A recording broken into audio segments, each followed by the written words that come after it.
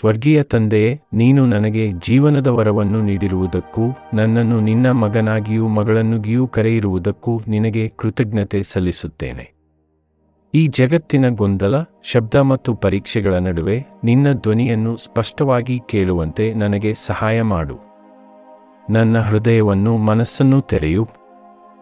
ನಿನ್ನ ಚಿತ್ತವನ್ನು ತಿಳಿದುಕೊಳ್ಳುವಂತಾಗಲಿ ಮತ್ತು ನೀನು ಸಿದ್ಧಪಡಿಸಿದ ದಾರಿಯಲ್ಲಿ ನಡೆಯುವಂತಾಗಲಿ. ನನ್ನ ಪ್ರತಿ ಹೆಜ್ಜೆಯೂ ನನ್ನ ಬುದ್ಧಿಯ ಆಧಾರದ ಮೇಲೆ ಅಲ್ಲ, ಪವಿತ್ರ ಆತ್ಮನ ಮಾರ್ಗದರ್ಶನದಲ್ಲಿ ಇರಲಿ. ಪವಿತ್ರ ಆತ್ಮನೇ, ಬಾ ಮತ್ತು ನಿನ್ನ ಶಕ್ತಿ ಮತ್ತು ಸಾನ್ನಿಧ್ಯದಿಂದ ನನ್ನನ್ನು ತುಂಬು. ನನ್ನ ಮನಸ್ಸನ್ನು ನವೀಕರಿಸು, ನನ್ನ ಹೃದಯವನ್ನು ಶುದ್ಧಗೊಳಿಸು ಮತ್ತು ನನ್ನೊಳಗೆ ನಂಬಿಕೆಯ ಬೆಂಕಿಯನ್ನು ಹೊತ್ತಿಸು.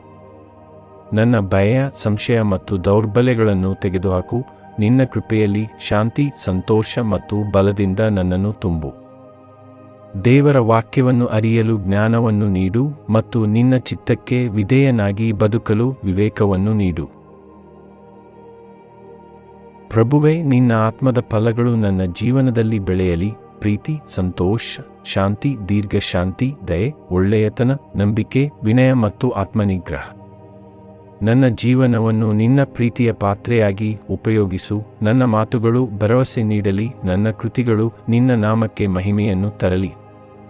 ಜನರು ನನ್ನ ಜೀವನದಲ್ಲಿ ಕ್ರಿಸ್ತನನ್ನು ನೋಡಿ ನಿನ್ನ ರಕ್ಷಣೆಯ ಶಕ್ತಿಯನ್ನು ಅನುಭವಿಸಲಿ.